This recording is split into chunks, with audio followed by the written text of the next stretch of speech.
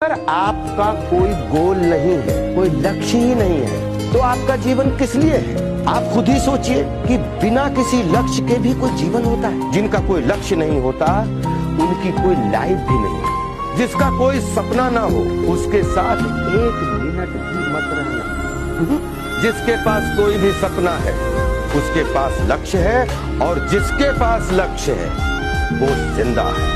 फैसला आपको करना है। जीवन आपका है, जिंदा के साथ रहना है या मुर्दा के साथ।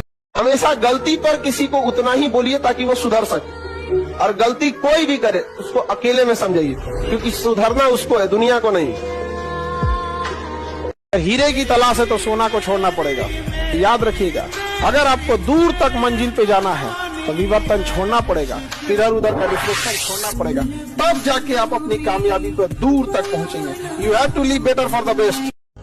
आपको अपनी लड़ाई खुद लड़नी पड़ेगी। अगर आप अपनी लड़ाई खुद लड़ेंगे तो डिसीजन आप अपने हिसाब से लेंगे। किसी के चढ़ैला पे लड़ेंगे ना तो मरवा के भाग जाएंगे। बहुत ऐसे क्षण आएंगे जब आपको लगेगा कि सब खत्म हो गया।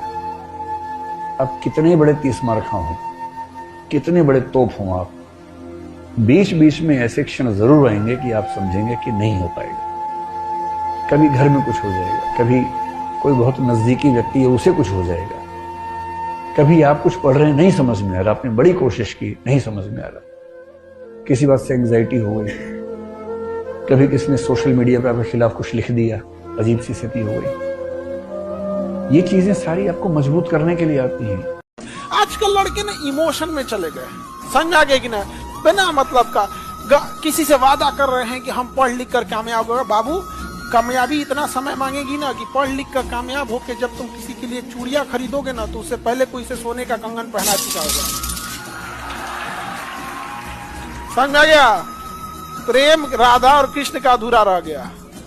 तो बेरोजगार लोग अपना मोटिवेशन थोड़ा सोच संभल के, समझ आ गया कि नहीं आ गया? ये दुनिया को दिखाना था जो महाभारत जीत सकता है वो प्रेम के युद्ध में कितना अकेला पड़ गया।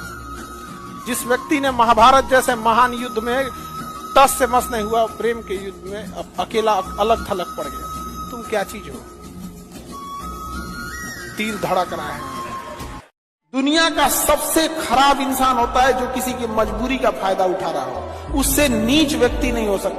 जीवन में कोई तुम्हारी बुराई कर रहा है ना, उसका ज्यादा जवाब मत देना, छीछा लेतर हो जाएगा। लोग चाहे जितने बदतमीजी से बात करें, आप जवाब इज्जत से दीजिए, क्योंकि कुछ दिन बाद लोग उस सवाल को भूल जाएंगे, लेकिन आपके जवाब को याद रखा जाएगा। अगर आप बहुत शरीफ और अच्छे हैं तो आपके साथ बदतमीजी सुनिश्चित है।